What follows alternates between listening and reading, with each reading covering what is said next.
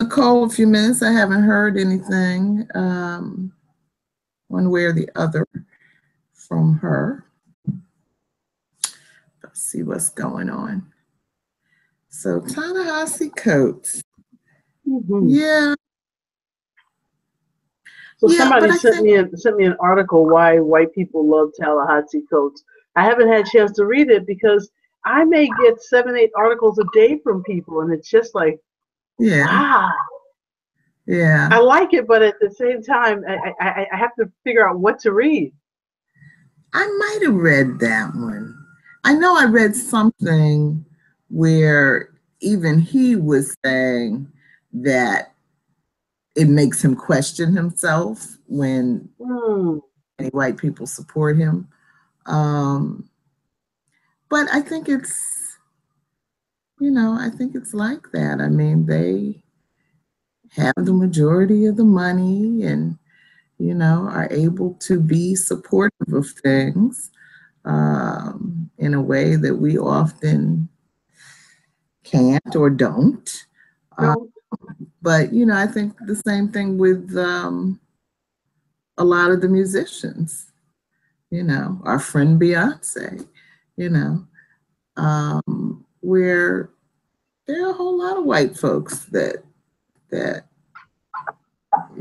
support and promote. And so I think, Ta-Nehisi is just in that sphere. So I didn't buy the book only because I don't like that I have maybe 20 books that I want to read in that pile. And so there's just a part of me that keeps saying, don't buy me more books. As a matter of fact, I'm trying to weed out my book collection, and I've never done that in my whole life. So I don't even know how to do it, Michelle. I don't know which baby's got to go, but half of them got to go. Yeah, that's no advice, huh? No advice. I mean, I lost my entire book collection with all the drama in my life, and all I could say is it was painful. Painful, like there's an article in here talking about photographs, and the value of family photographs. I lost all the photographs too, so Hi, Nicole. Hi, everyone. How are you? Hey, darling. Hello, darling. I'd never gotten rid of my Hi books. There. All right. Hi, Michelle. I think I'm together here now. But you're together here. Grab everything. Yeah, I had the volume muted so I could hear you all at first. I didn't recognize I had the volume muted. Okay. All right. Well, we are all here. You saw the message from Leonie? Yes, I sure did. Oh my gosh. I am hoping she's successful there, and so much going on. Yeah. So, well, why don't we get started? Yeah. So, hello. Let me see. My name is Kim Brandon. I'm here in New York, and welcome to the Global Black Feminist Reading Circle Session 9. And today we are reading the Crunk Feminist Collection, Family and Community, Choosing Family. And I am your facilitator. So why don't we do introductions? Did you want to go first, Nicole? Yes. Hi, everyone. My name is Nicole Wilson. I am joining from College Station, Texas today. Glad to be here. Michelle? Okay, I was just trying to, where did I put, oh, here it is. Trying to find the agenda. Hi, everybody. I am Michelle Odom. I'm in Brooklyn, New York. Happy to be here with the book. Yay. And Michelle is our coordinator, leader extraordinaire. So, looking ahead to next week's presenter. So next week, I think Leonie is presenting next week. Yeah, I think that's right. What's next week? Okay. So we're off next week, the 17th. Oh, we're off next week. Okay. Yeah. And then on the 24th, with Nicole. I am presenting the 24th, yeah. Yeah, girls studies. Yay! I love Black girlhood studies. Yeah. So we're off next week, and then we come back with Nicole. Yes. And then after that, it's Leonie. Right. Okay. And then that first week in November is Michelle, and I'm not sure I can make that one. But, okay. Yeah, sorry. So, anything else before we start reading the summary, Michelle? No, not that I have. Anything you have, Nicole? No, you all, please bear with me. I'm getting over and have been nursing a cold. So if you hear my sniffles and coughing, just please bear with me. But you know, I have to be here. So no worries. All right. So let's see here. Summary. The Crunk Feminist Collection, Section 3. I'm hearing a lot of feedback. Is anybody else hearing that? Okay, let me mute. Okay. Are you muted? Yeah. Oh, that sounds much better. Thank you, Nicole. Okay, I'll mute also. Okay. Family and community. Choosing family.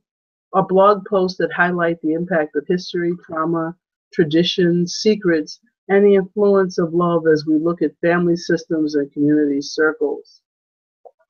Crunk contributors Brittney C. Cooper, Crunkista, Robin M. Boylorn, Aisha Durham, Rochelle Raminis, Sherry Davis Faulkner, and Susana M. Morris courageously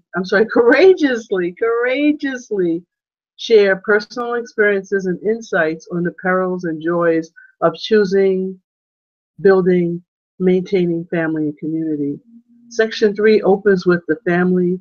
It connects slavery to the marred nuclear Black family and shines a light on the darkness of family secrets and traditions that do more harm to Black women than actual good. From the description of the strong, patriotic, heterosexual male head as the ideal family structure, full of shame and not nimble enough to support members who might have differing needs. This section does a great job of looking at the dysfunction within the family and the extended community, which led us into conversation about the Black church and all that can be found there, from the smoke and mirrors of upstanding abstinent decrees, when the truth was that sexual activity is well known in the congregation. This double message, this judgmental stance, which creates a house of lies, also fosters an abuse of power masquerading as a loving servant of God, while sexually harming the most vulnerable. This is not to say that many people don't find strong, loving, lasting fellowship in Black churches, as they have.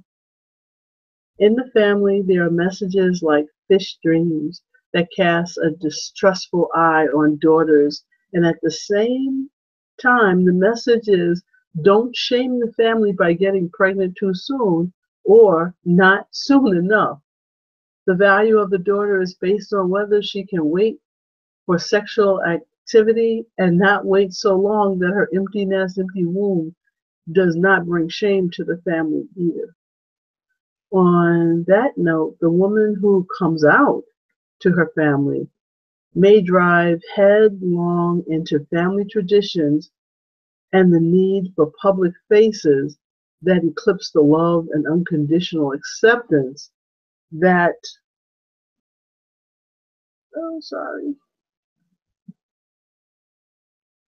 was a desired outcome of sharing their authentic selves. Some family relationships may be pushed to the breaking point. The good news is when family embraces each other and gets real about the needs of all the members. Sometimes we need to build families by selection and relish in the sister friends that support us time and time again through the joys and the sorrows of life.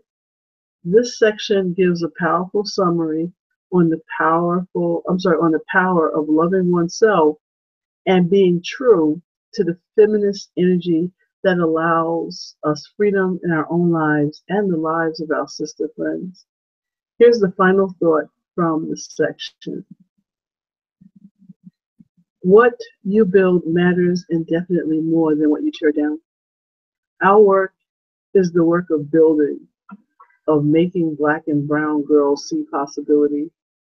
This work of crafting a feminist that works for real sisters living messy human lives has freed me up to make the life for myself that I really need. Crunk feminism and this community reminds me on a daily that all of these things I want are possible, but sometimes I have to change my angle of vision. So that is what I gathered from the sections we read, and which was a lot. Huh? Which was a lot. Nice summary. Yay! Yes, absolutely. Yeah. Thank you very much. Any comments on the summary before anything come up before we move to the questions?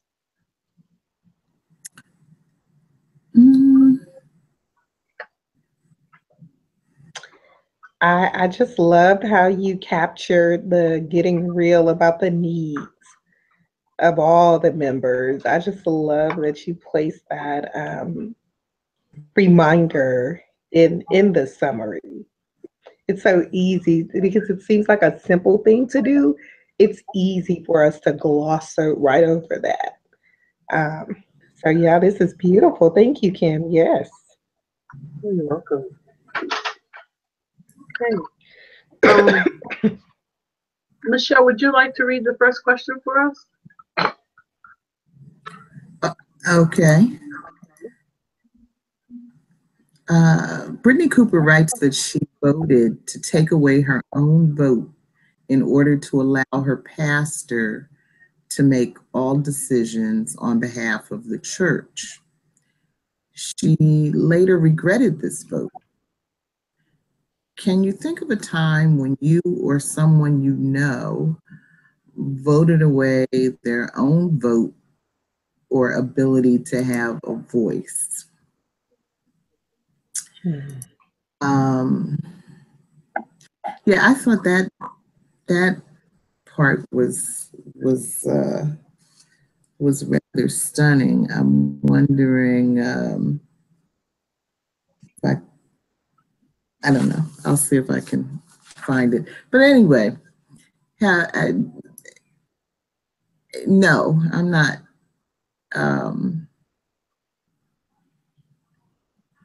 I think of a time when I voted away my vote or voice? No, not me personally.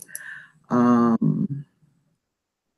I think on a broader level, there are so many people, Americans, including Black Americans, that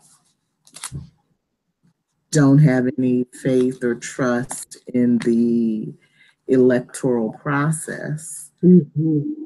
So have decided, to just not vote. I think they're wrong. Even though I understand some of the arguments against voting. For me, it still remains, no matter how corrupt the process may be, it still remains the one opportunity, not the only opportunity, but one of the opportunities that we have to express our wishes. And whether those wishes get denied, dismissed, stolen, belittled,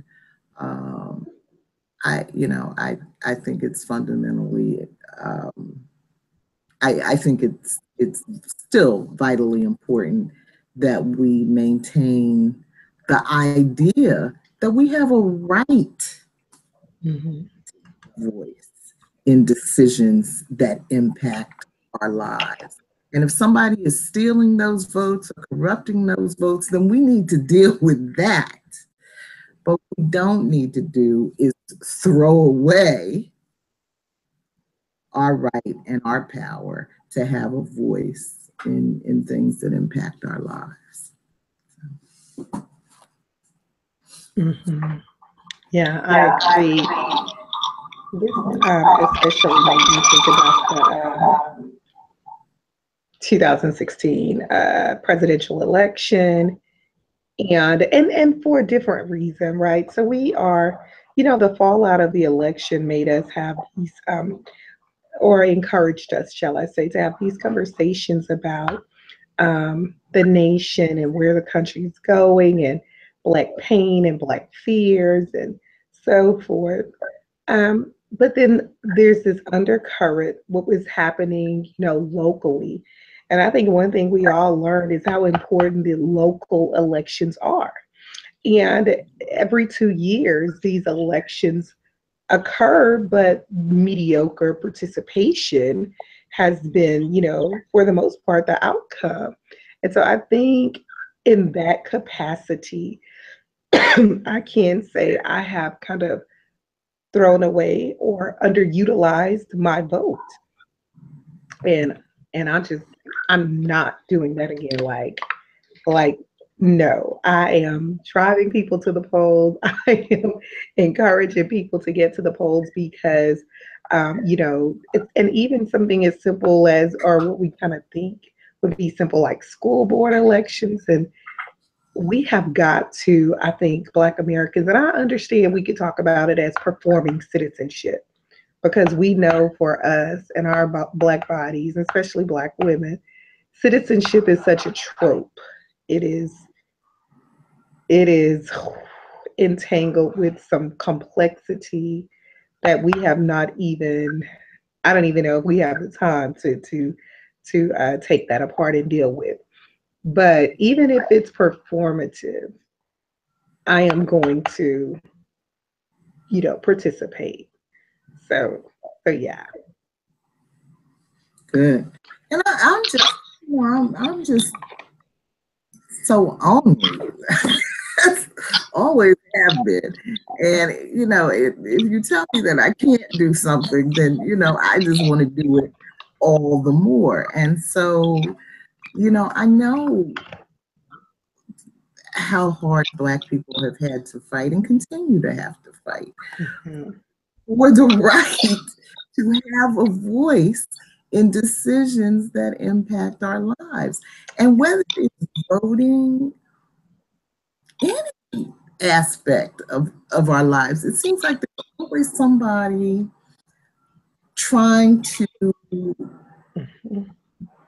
destroy or minimize our ability to have voice. I mean, we talked about the Kaepernick situation a little bit last week, but an example of something that's, totally outside the electoral process. All he wants to do is not be forced to stand,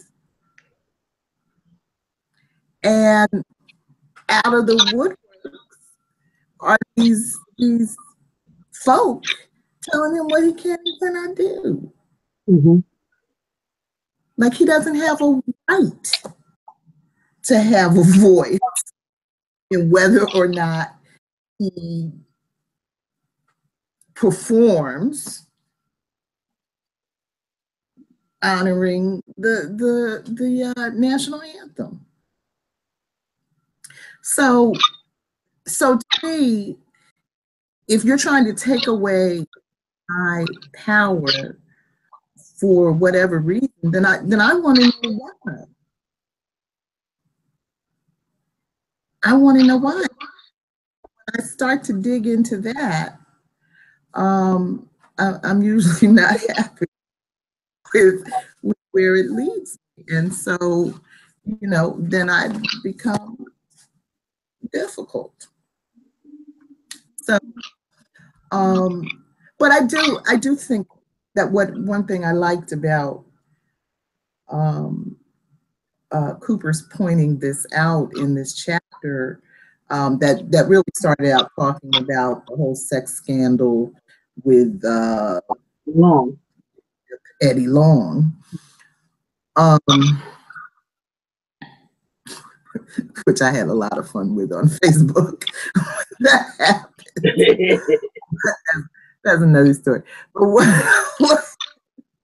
what I liked about is that she's using an example outside the electoral process of national politics of where we can, should, do or don't use a voting process in another area of our life.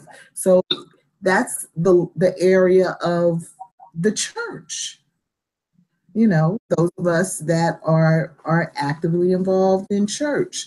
But even when we do something as simple as try to decide what book we're going to read together as a small collective, I want us to have a process, just because I think we need to promote the ideal in all aspects of our lives, that if you are doing something, if you are involved in an activity, you have a right, you have a human right to say in how shit goes down. And we shouldn't be comfortable, in my opinion, with anything else.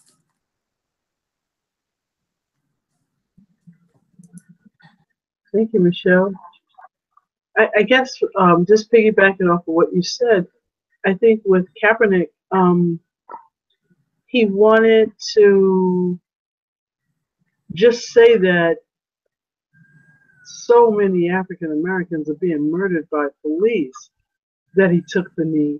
And now it seems like the narrative has turned around into we're all disrespecting the flag and disrespecting the national anthem, when the national anthem disrespects us. It's just like, there's just this part of me that's just like, I'm just amazed at how the rules keep changing in this administration, and how we have a twittering president who's not paying attention to North Korea, but at the same time he's paying more attention to the young lady from ESPN.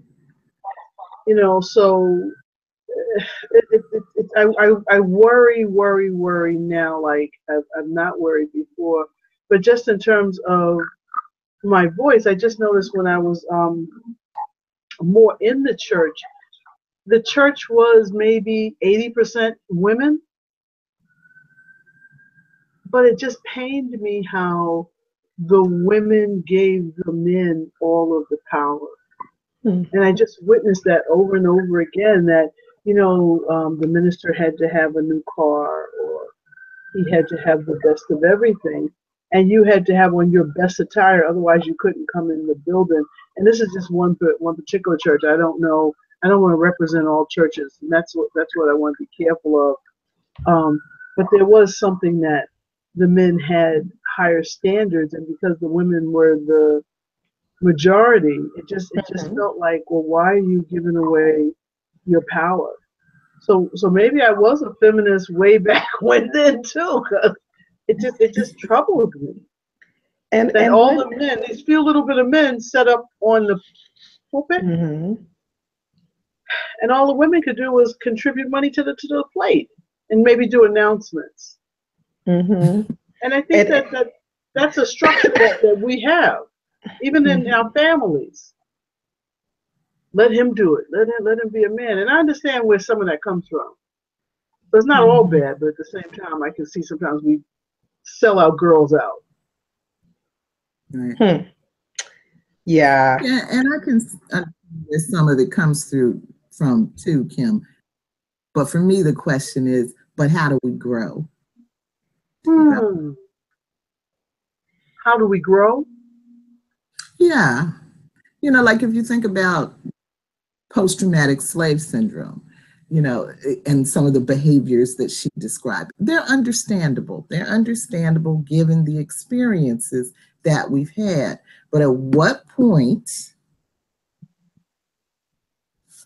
in our development do we let stuff go that may have been understandable under different circumstances, but you know, how do we get with the current program? What is the current program? It's hard to know how to grow when different people have different concepts of what to grow into. Well, I mean, I think, you know, that this is where it gets real specific and complicated, you know, depending on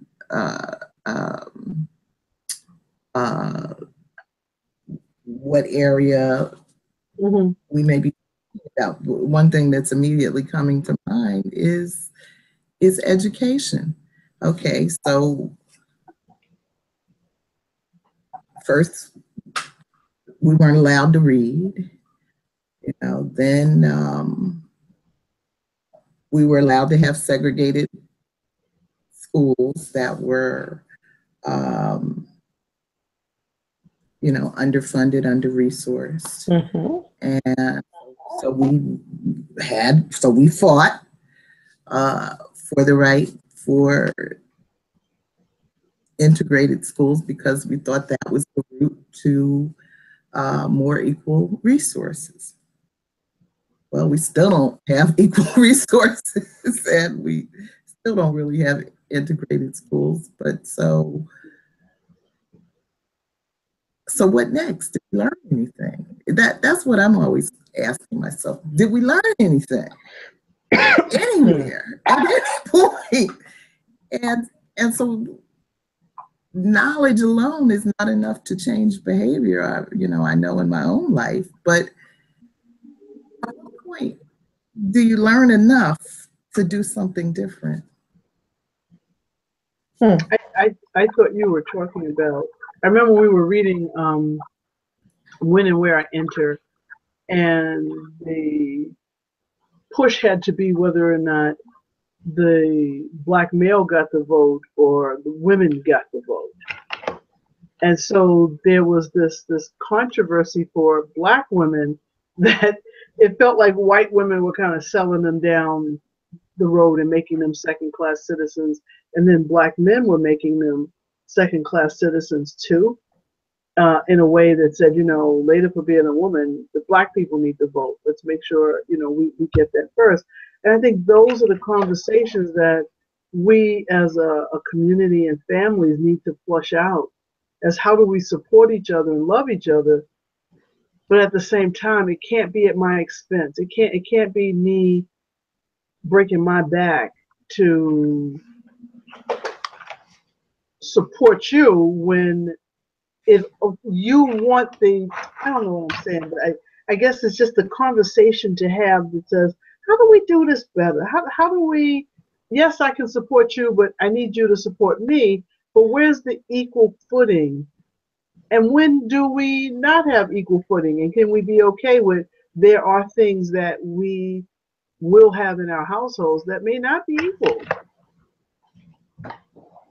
Yeah. And for some odd reason, I think this goes back to the troubled image that is also discussed in the book that we just can't seem to really reconcile. That that old saying that Black women, we love our sons, but we raise our daughters. Mm-hmm. And that somewhere Black men, Black boys are privileged, but this privileging is a direct result of our fears that at any given moment he could lose a life. As Ta-Nehisi Coates puts it in his book Between the World and Me, when the reporters say, well, you know, what does it mean to lose a body? That he could lose his body.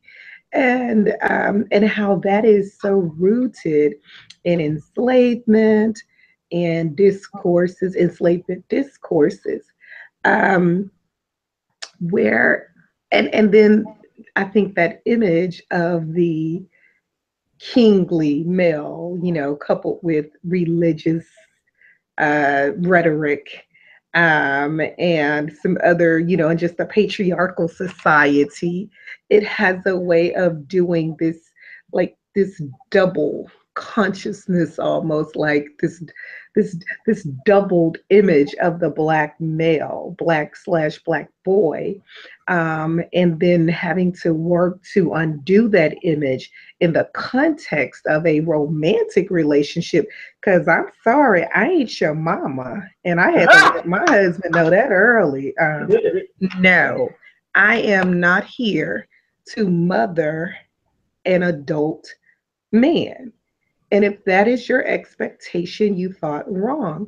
Um, not that, you know, we just had to be straight up with each other. And I can recall here recently, Dr. Stacey Patton put on Facebook how her Black male students would say things like, just keep staying on me, Dr. Patton. I'm so happy that you make me do my work, you for. And she was like, but that's not my role. Like, that's part of this labor that makes Black women tired and angry. That's not my role. But then how do we go back and look at, for those of us who are mothers, what responsibility then in the rearing of Black boys? You know, I'm grappling with that. I really am. But I do think that that privileging is a direct result of how we are rearing them and how they're growing up in the home.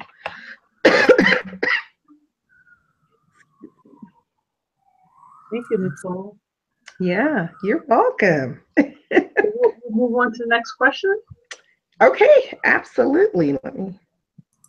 Would someone like to read that? Oh, thank you, Nicole. Okay, so number 2.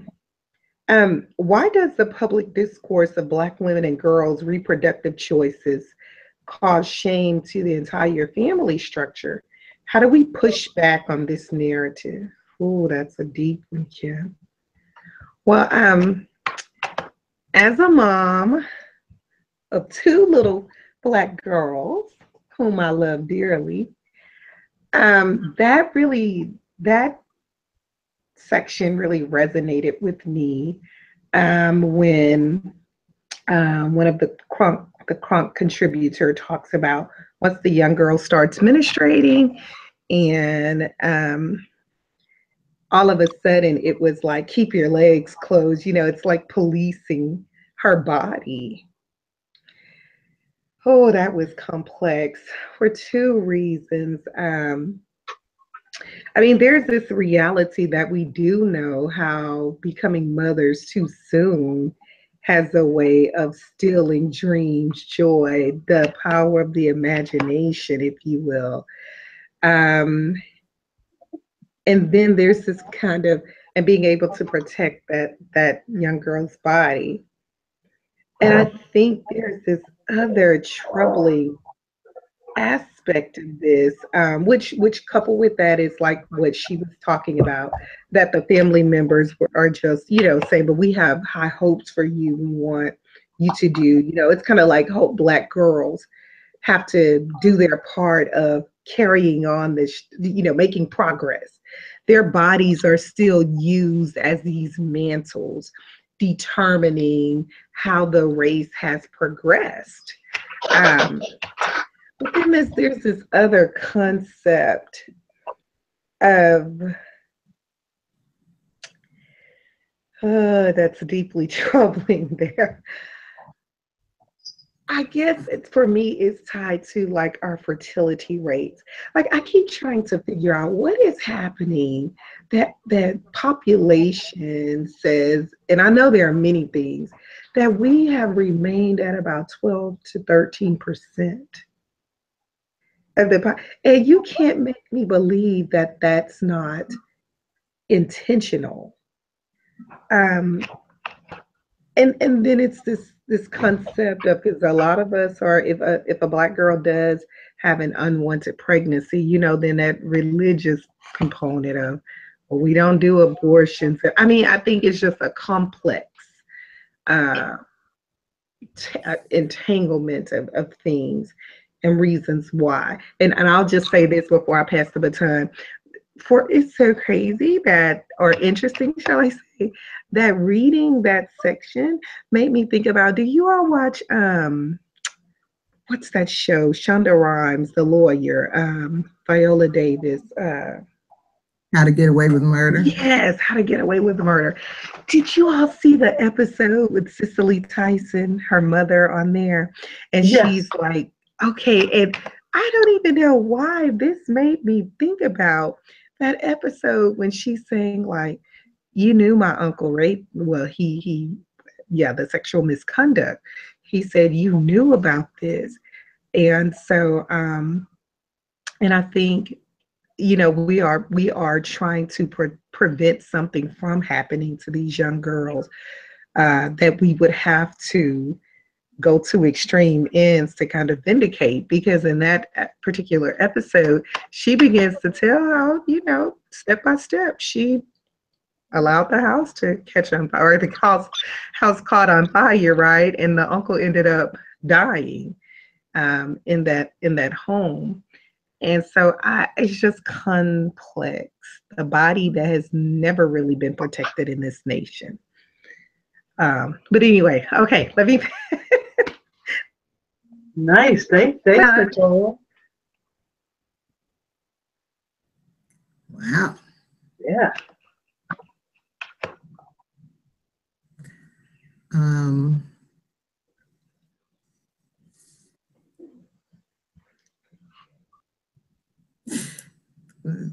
The question, why does the public discourse of Black women and girls' reproductive choices cause shame to the entire family structure, and how to push back on that narrative? I think, to the second part of that, Kim, it's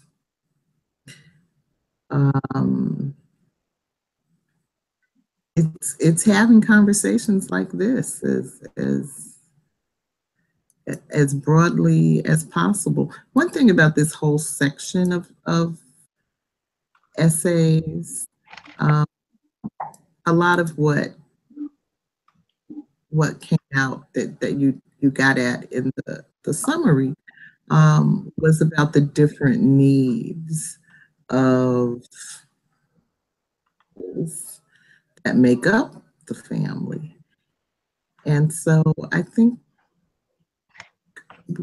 we have to keep talking about our own. I don't know, for example, I don't know a Black woman personally who, or I may know her, but I don't know this about her, who wanted to have children and couldn't, and went through that whole struggle around infertility. When you talk about that out loud, even though I don't personally know somebody like that, it gives me something else to think about. It gives me another perspective on the issue. And so, you know, we're so much into secrets and all of that.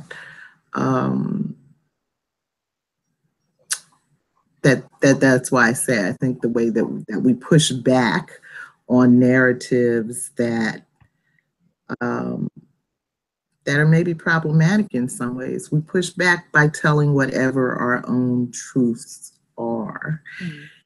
And, you know, and so we're teaching each other what our needs are, what's hurtful, what feels good, you know, what we want to do more of, what we want to do less of, and all of that.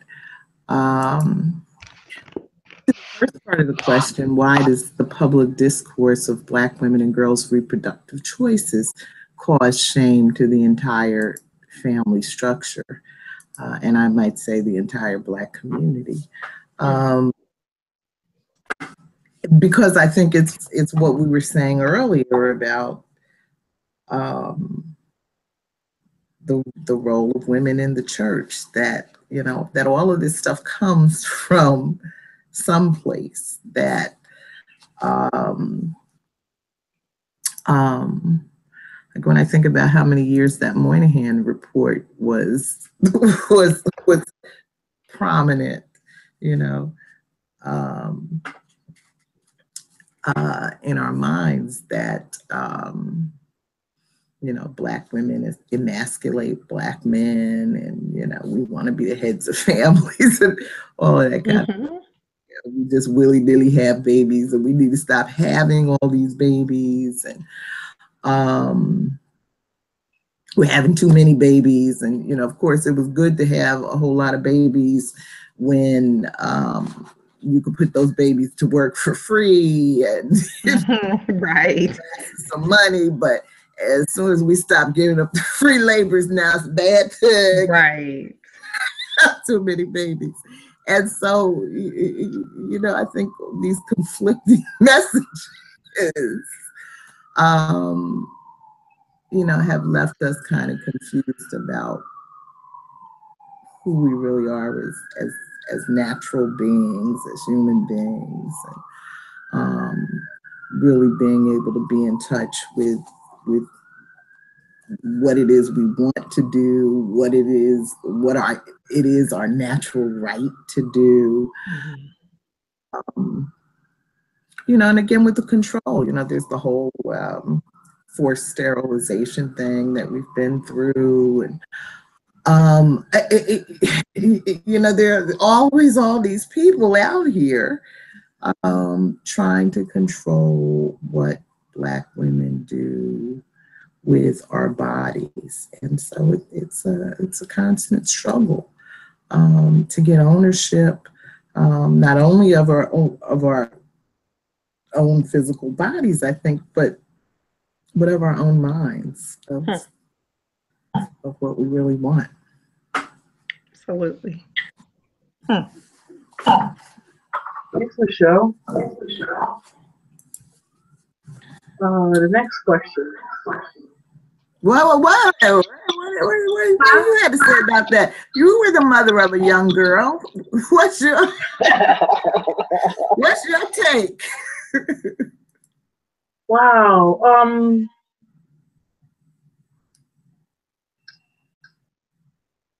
I find it like, it feels like you're schizophrenic. It feels like, you know, you want what's best for your kid. You don't want to stifle their freedom. You want them to own their sexuality. But at the same time, you don't want them to go over the edge and become victimized by that same sexuality.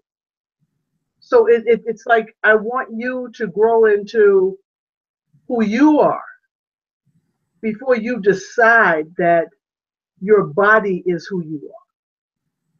And that's the struggle that I had. So there were certain clothes that weren't leaving the house. You were not leaving the house looking like you don't have a mind. You only have, you know, a derriere, you know. So I found it very, very difficult. And I just found the messages that, this is just me, just some of the songs and the videos and the images are young men singing about all the ways they can get off on your body, but at no point do they need any other thing from you. They don't need you to say nothing. You know, it's all of this music about, and I was listening to this video this morning, and I was just like, really? And so it's all these beautiful, beautiful, beautiful women getting out of this car. Lots of them. It's just like, well, more than one car, rather. And they were each had a less than the next one. And I just kept saying to myself, this can't be good in the era of Trump. It just cannot be revolutionary in the era of Trump. So how do we change that narrative? I would love to hear rap songs about coming into your own, coming into your strength, and then the two people coming together after both people are whole people. That's the song, you know, that you know, not that we're just you're the best at this particular sex act, but you are a whole, complete, powerful entity, and I come to you in that same way.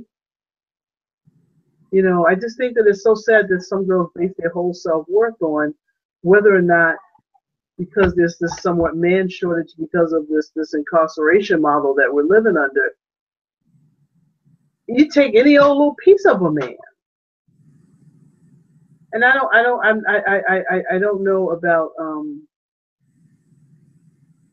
lesbians and how the body works in those relationships either. So that I don't know. So I can't speak on that. So I don't want to just say that I'm looking at it from man woman's point of view. That's the only point of view I have been exposed to. So I would love that narrative to change, because more than ever we need powerful young people. We need young men who think that they're more than their sexual prowess. You know, I think that I would love young men to say that I'm strong, not because I got this chick or I made this baby. It's just that I'm strong because I'm strong. Mm-hmm.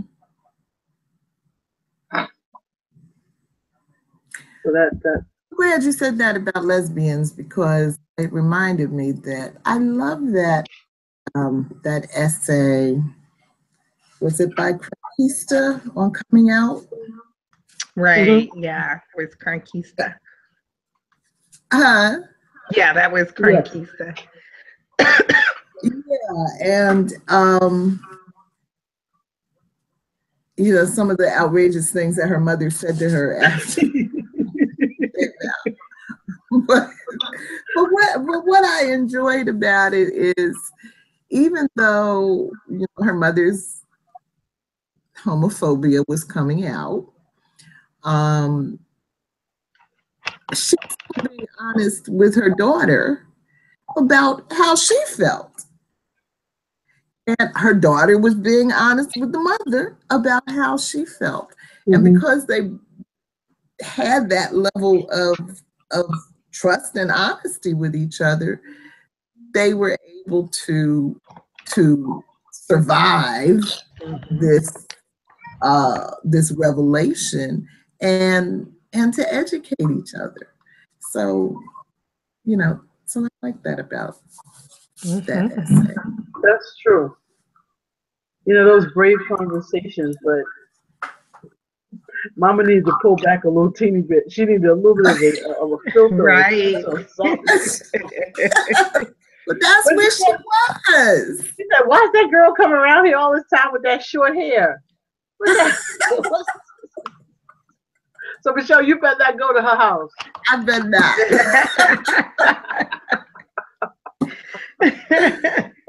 Oh, man. I posted a clip of a new movie that Denzel has coming out recently. And one of my Facebook friends, he's wearing kind of a big afro. And one of my Facebook friends said, that's some bad hair. Oh, wow.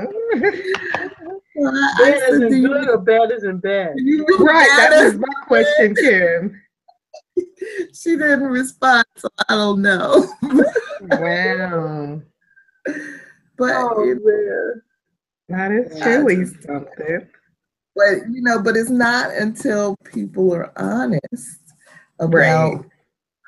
what they really think that you can even have the conversations that challenge the misperceptions and ignorance and all of that. And so much of what comes through to me about these essays on family,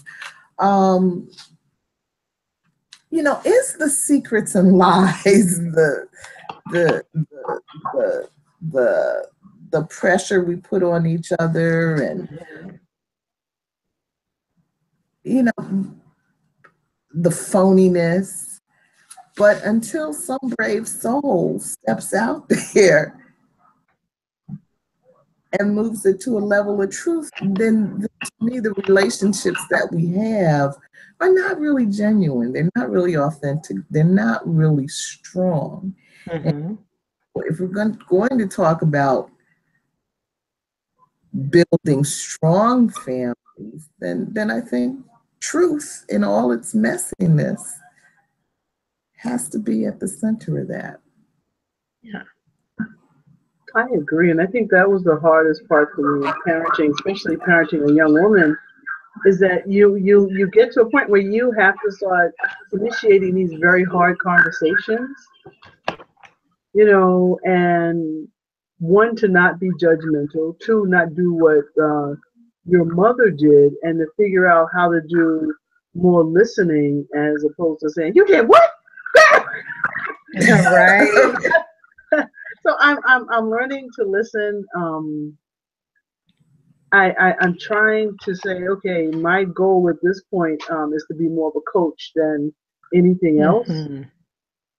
And I'm proud. I don't think that the trust is there yet on her part that they can come and say whatever to me. But I'm trying to build. That's the bridge I'm trying to build. So it's not easy because you gotta fix your own character defects, and it's hard to look in the mirror when you're doing them because you may think this is the norm. Right.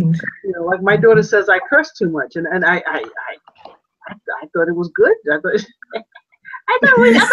this was just the way it is. So she said that really offends her, and I was just like, get the fuck out of here. No, I didn't say it like that. No, I really have to not do that anymore. And she never felt comfortable saying this to me. So I think you're right. You got to be able to have those spaces where you can pull somebody aside and say, I know you like doing this, but this ain't working for me. What could we do? Yeah. I agree. And it's so interesting because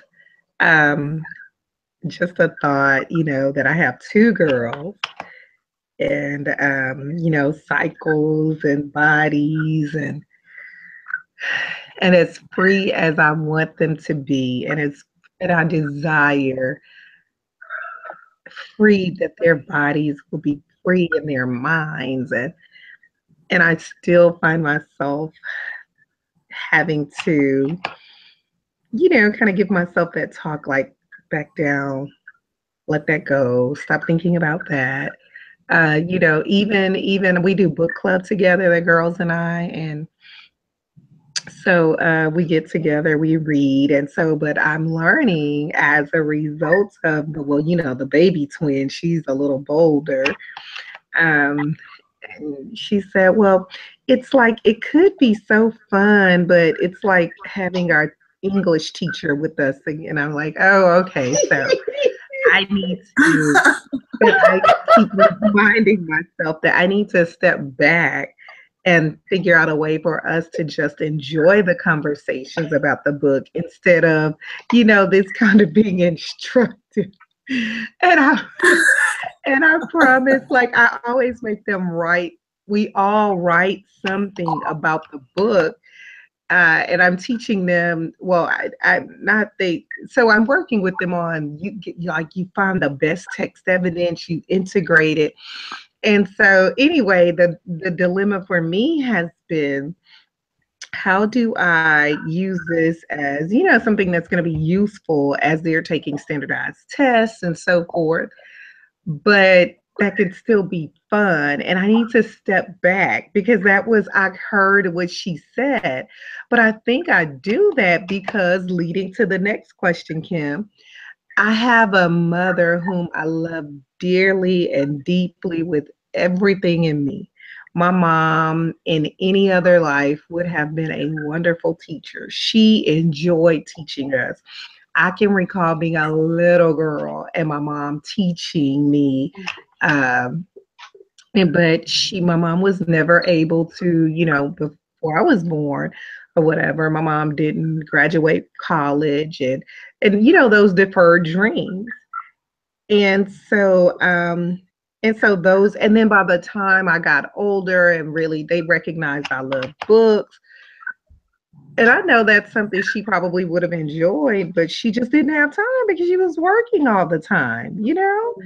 So anyway, I'm just trying to work my way out of that dilemma that in many ways, I'm living vicariously through my girls. So I'm trying to give them something that I wished I had, but then I'm using the wrong model, because why in the hell would they want to just read for leisure if it's going to remind them of being, in their classrooms for an extended period of time. But anyway, leading to your third question, Kim, that I'll go ahead and read since I kind of alluded to it already, if that's okay.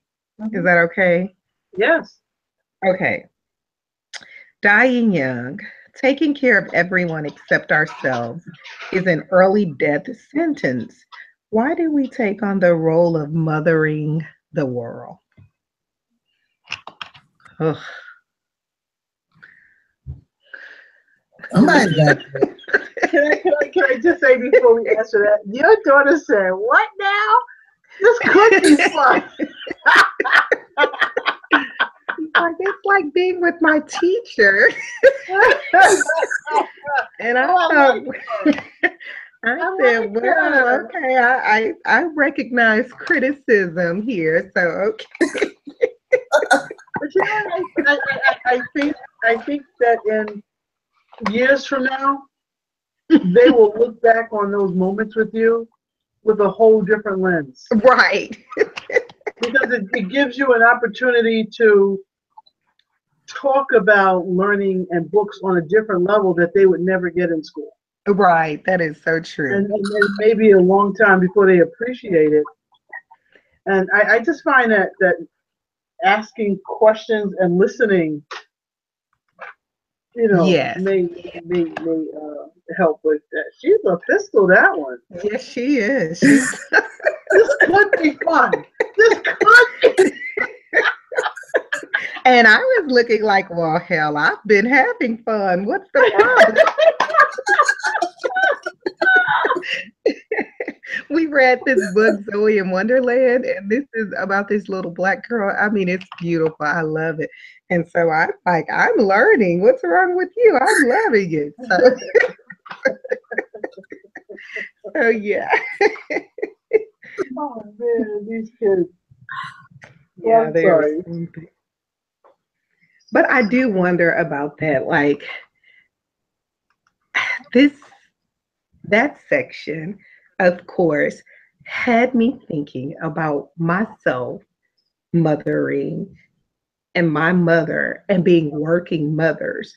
So I can recall I have a first cousin who was a stay-at-home mom, and she said to me one time, she's, very much into church. And she's like, I'm just praying that God will bless you and your husband so you'll be able to stay home. And I told her, oh, no. Please don't pray that prayer for me, because I am a woman who wants to work. Like, it is totally okay. I want a career. I've always wanted a career. I don't want to stay home with children. So, But I also recognize that I have this potential to become precisely, and I love my mother, and I know she had to make sacrifices, but I can also recognize that I can become that woman who is just constantly working. Um, and this section just brought me to contemplate. You know what happens when you have to sit down and work through something? You slow down and contemplate. Um, and I'm trying to figure out, why do I do this? Is it because I've seen my mother do this? Or do I have this anxiety? I think too, there's this anxiety regarding lack, that I'm constantly worried, oh, something might go wrong. Like, you know what I'm saying? Like, oh, we had to dip into the savings. Oh, that's that has to be made up. And I don't know. So I was just like, that section just made me, I mean, it's just really touched me. And I have to start thinking. And then if I don't figure this out, then I'm going to be looking at two little Black girls who become women, and they will, perhaps choose and perform the same pattern. Um, and my mom had there are four of us. So I'm wondering, did she have to work as much, or was she also afraid of lack or going without? I mean, I don't know. This one just kind of, and then the implications of dying young. And I think that could be read figuratively and literally, right? Mm-hmm. That we can see these women who have no joy in their lives. I mean, in the text, it talks about the literal death of a woman, which is really sad. But also, I'm thinking of friends that I have whom it's just complex. They're working all the time. They're supporting this person, that person, children, and then all the joy, the life, the everything is kind of sucked from them. It's they're just a shell of themselves, right? And then so I don't know. Anyway, that I'm just thinking, you all. And anyway, let me pass the baton on. Well, that was helpful. Thank you. Michelle? Can I add anything? Taking care of everyone except ourselves. Why do we take on the role? Why do we take on the role of mothering the world? Well, I think for a lot of reasons. I do believe that there are some real differences between men and women, males and females, and it's the way our brains work.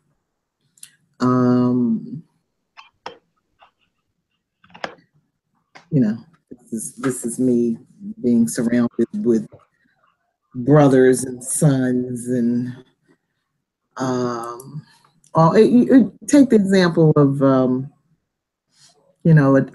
dirty house, or take a dirty bathroom. I think most women we just can't take it.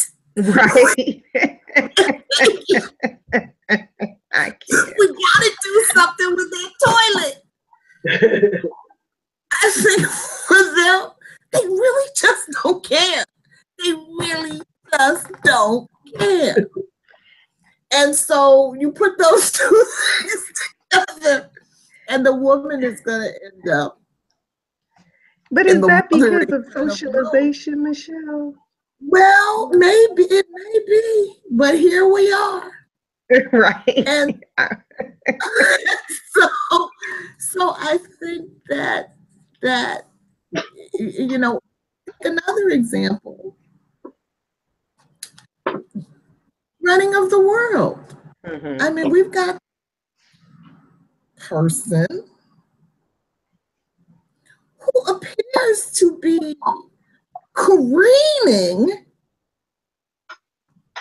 toward nuclear war. Mm-hmm. Mm-hmm. Boys, let's just have some fun and blow up some shit. Mm-hmm. Right. But I think it's the woman's brain that's thinking, Right. It took 9 months to bring this life into the world. I don't want to blow it up in a jiffy. Yeah.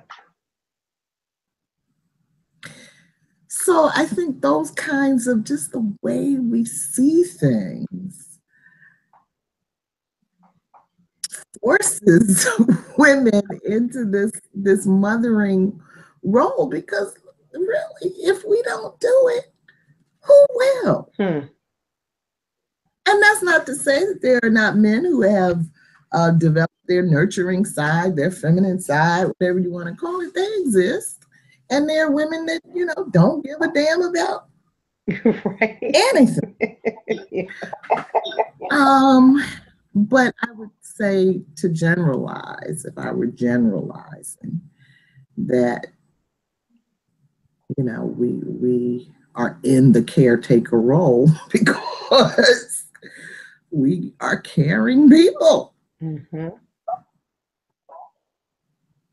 But I do think that, again, understandable where it comes from, but when do we learn? I do think that Leonie Smith has Isn't she ambitious? Hey, I need some relief. So I'm going to hang out with you. Oh, right. So, sorry, I'm having so many emails come at me. I was like, I'm taking a break, and I may as well take it with you. Thank you. It made me feel better. Good to see Michelle, you. did you want to finish your sentence before we welcome Leonie? Sorry, go ahead. Well, I think that it is important that we learn how to get some balance in our lives and how to be better caretakers of ourselves than we are of everybody else. At least learn how to put ourselves first.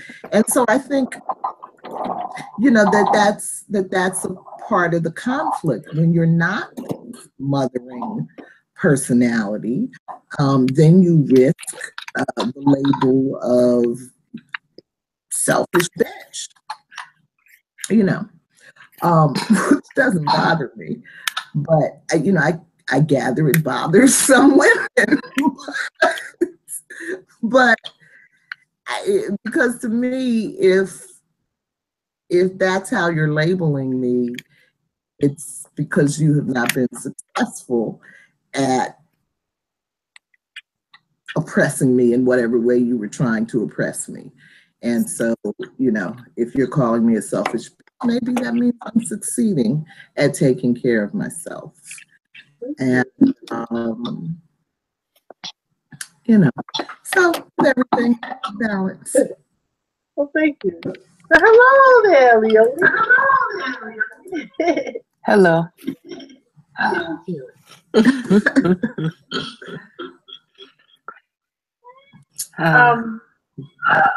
Did you want to say anything before we're up to question number 4? Can you just read the question for me? I haven't pulled it. Leonie, do your introduction so I have that on the tape. Sure. Hi. Hello, everybody. My name is Leonie Smith. I'm based in Toronto, Ontario, Canada. Welcome. Glad to be here. I can read the question. Don't feel like you have to answer it this second. Oh, we're up to question 3. Dying young, taking care of everyone except ourselves. Huh? I did 3. You didn't respond to 3. Right. So we didn't hit 4 yet, is what I'm saying. Right. We can go to 4. We can go to 4. Okay. So, I did want to say something about 3. So let me read it. Dying young, taking care of everyone except ourselves is an early death sentence. Why do we take on the role of mothering the whole world? And the one thing I wanted to say, Michelle, to you, there was one day where my brother came over my house and he said, Kim, is it that you can't reach the microwave? Is that why you don't wash it? And I didn't know it was dirty. I didn't know how often you're supposed to wash the microwave. And I was fine with it. And he started washing my microwave out. I'm just like, what the heck? So I like the bathrooms clean, but that microwave, honey, it can go. Yeah. It can just do its thing. It's just like out of my realm. So but I have to watch out for doing too much because I consider myself somebody who's always organizing something, always stirring the pot. And so I have to be careful of that. I do have a fear of if you don't make the connection, sometimes the connections don't get made. And so the other part, the flip side of this for me is I actually have a hard time putting myself first and being extravagant with me. I'm not a very extravagant type of person, but I need to be. I need to. It's funny. I'll say this. My daughter was having some issue. She did some strange thing at school. And so I said to her, you do that again and you need to come home. I can't pay the tuition if this is how you're going to act. And so I said to her, and guess what? If I don't have to pay the tuition, I can get a new car. So I win either way. So I was quite excited about this possibility of a new car. And then it dawned on me that because of my parenting, I'm living at or below the poverty level because of how I've decided to focus so much on parenting. And it's a sacrifice that I greatly take on. But at the same time, I'm hoping that I did not show my daughter to always put somebody ahead of you. Because I think I put her needs ahead of my needs way too much. So I'm hoping that she can kind of see that now that she's halfway grown, I'm not into her at all. I'm just like I'll talk to her every couple of weeks, but I'm hoping that me being more extravagant with my own self-care will help her, because she's the other extreme. It seems like the narcissists raise kids who are not, and then those people who are just giving raise more narcissists. So I don't know. It just seems like I'm in between two selfish people, and here I am like misgiving. So I'm hoping, but I think she's at that other extreme where she doesn't have any problem being extravagant with her needs. Well, and then too, I think she's an only child too. So because with my son, he was an only child for a long time. So he got like private school and, just like stuff like once or twice a week, we could go out and have dinner and just everything, was about him. But I do think, Kim, because she has seen you as a very, not a flat figure, but 3D, somebody who's creative and a planner and a, that get up and go that you have, the tenacity, the graciousness. I just think that, and I also say, how the children go away to college and they start, coming into their own independence. I know when I returned home from college, my parents were like, what is wrong? I was like, I'm a feminist. And no, you cannot. Like my dad and I, we were just bumping heads, But I definitely see what you're saying. But I'm quite sure because she's seen you in so many roles, doing so many different things. that, yeah, you just like a well-rounded mother, And I love the fact that, isn't that Brittney Cooper in the book who says, like, these families that we have are not perfect. Right. They're not, they're not these utopic sites, but they are necessary. There are things that we call into being in these families, and a continuation of, Black life thriving and not just surviving in these very hostile spaces that we find ourselves in. So anyway, I'm just giving you your flowers. That was all. Thank you. So we're going to move along. I think the fourth question will be the last question we cover tonight. So, Leonie, would you like to read? Leonie, are you up for reading? Oh, I don't think she has her. I don't have the questions in front of me, unfortunately. Oh, no worries. Just hang in there. I can read the last one. Thanks. Question 4. Are there photographs of you or any of your family members that you can recall that capture the duplicity of a loving family? Or can you recall a photograph that captures love in the family, or chosen family fully, uncut, straight, no chaser love? So what I'm asking is, are there pictures where you could kind of see some shady stuff? And then are there pictures where you could just see the love popping up out of the picture? So that's the question.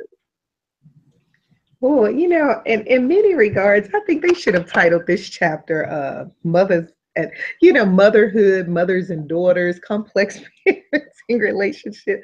This chapter had me reflecting so heavily. And Kim, your questions are just kind of taking me there as well. Like, it's like almost therapeutic that it made me kind of deal with some stuff that was like suppressed. So thank you. And I thank the Crunk contributors. Here's the deal. So just speaking for my own family and answering that question, I think the duplicity for me in childhood photographs is that the pictures, or the lack thereof, shall I say, tell a story. And this story is very much Black working class, in that I don't have many pictures of myself. I'm yearning and longing for that. I want to see, I remember like a picture here and there, but I don't even know where they are, probably because, we had to move and something got lost, So my mom had to work a lot. I've already shared with you all, my father was addicted for years. My father became clean and sober when I was 12 years old.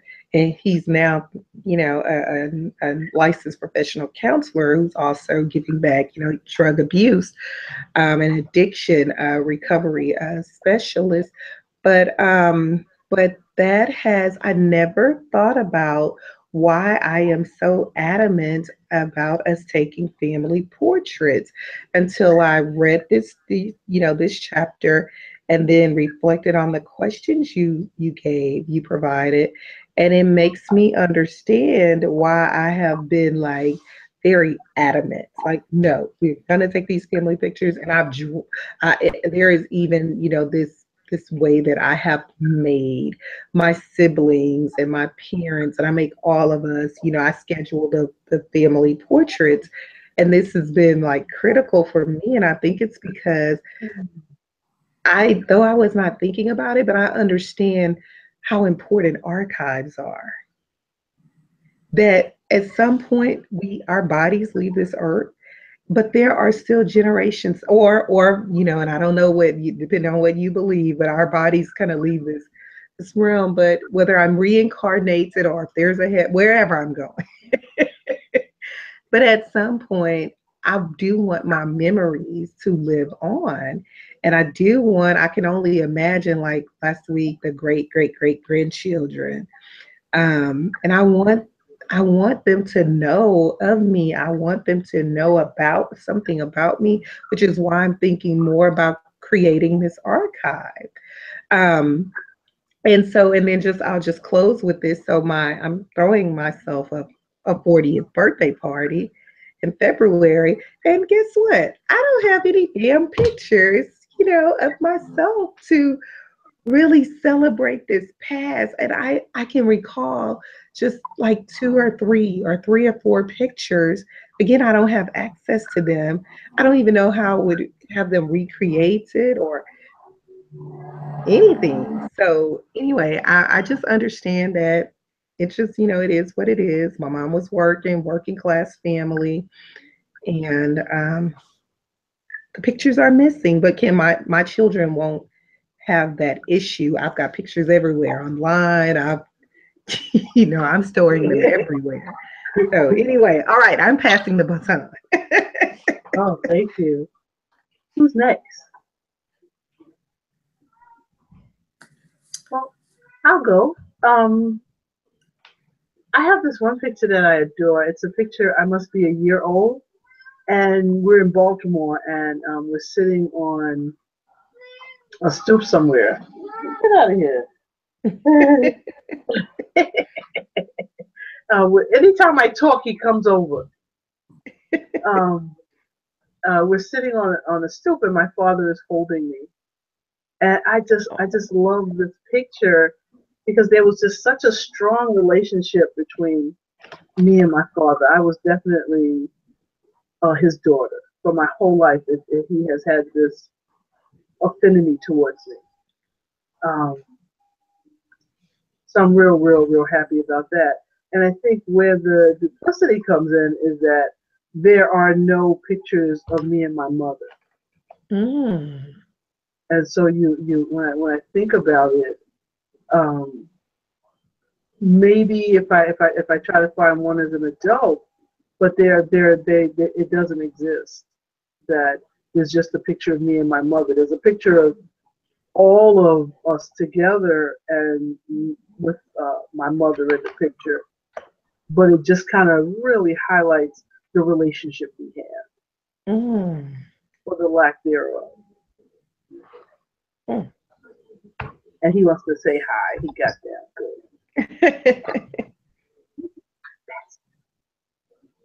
Wow. Of course. Anybody else? Powerful. Leonie? Yeah, I can go. I'm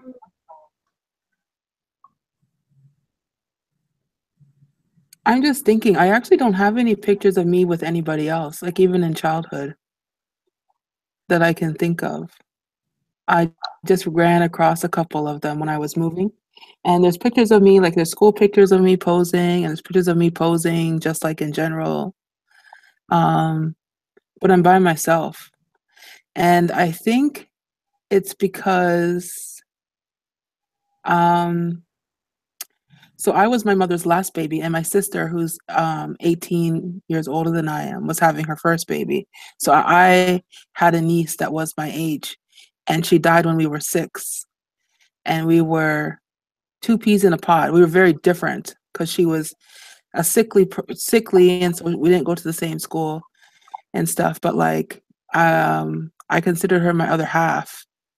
And thinking about this question, it's making me realize that like, there's a reason why I'm alone in those pictures, because I was alone after she died.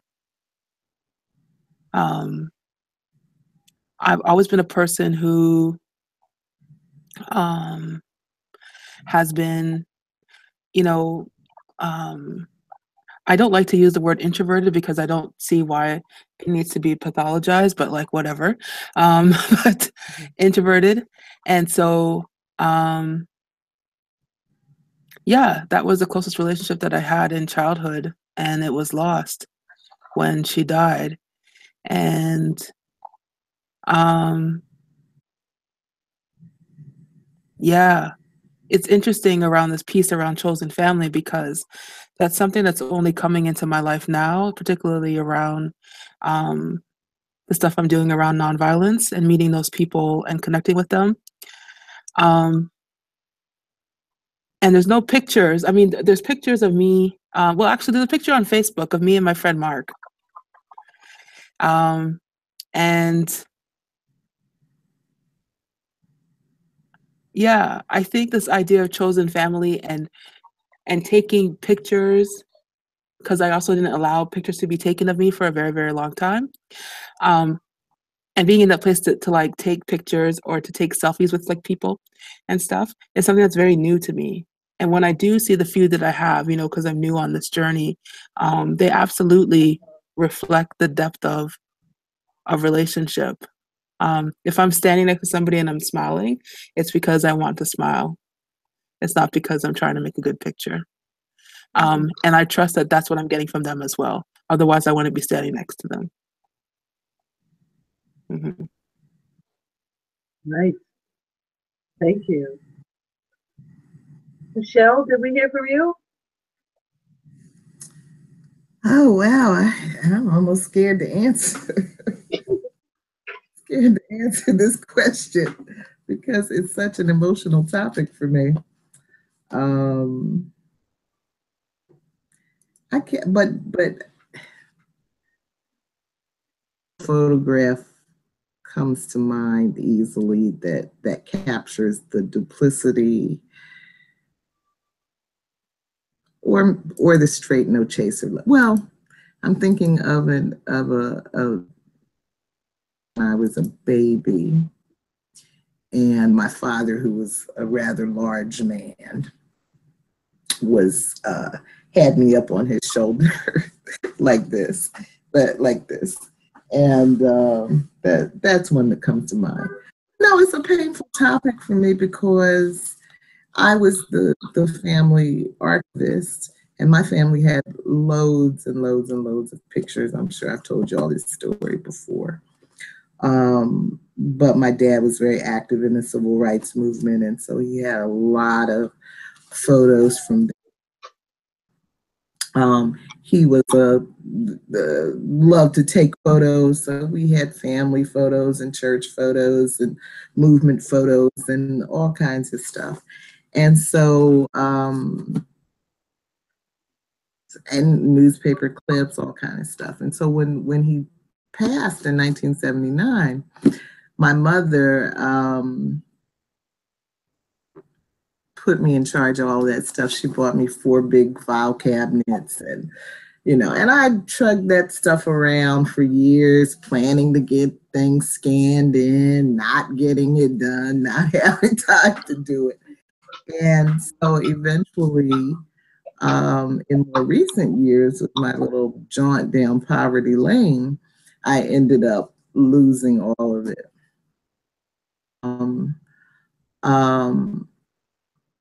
And so my older brother was doing some volunteer work at the National Archives a couple of years ago. And I don't know, he was like looking at something on eBay, I think, and he saw some photos that he recognized as family photos. Contacted the person and started negotiating with them to buy stuff and get stuff back. So he stuff. And I mean, he had his own collection of photos anyway, but he got some stuff through that I had lost. And he sent me a package recently that has, maybe about 30 photos in it. Some of them started posting, like, you might have seen the profile picture of me when I was like 16 years old and I'm looking all mean. And that's one that I got from him. But it's just that chapter was just very emotional for me. So. Thank you, Michelle. Thank you, everybody. Oh, it's 6:30. So I think it might be time to wrap up on time. And so I'm going to turn the meeting over to Michelle and see if there's any business or anything. I guess we can turn off the live feed. Good night. Good night. Viewers, I'll stay on the line if we need any business. Okay. All right. Good night. Good night, everybody.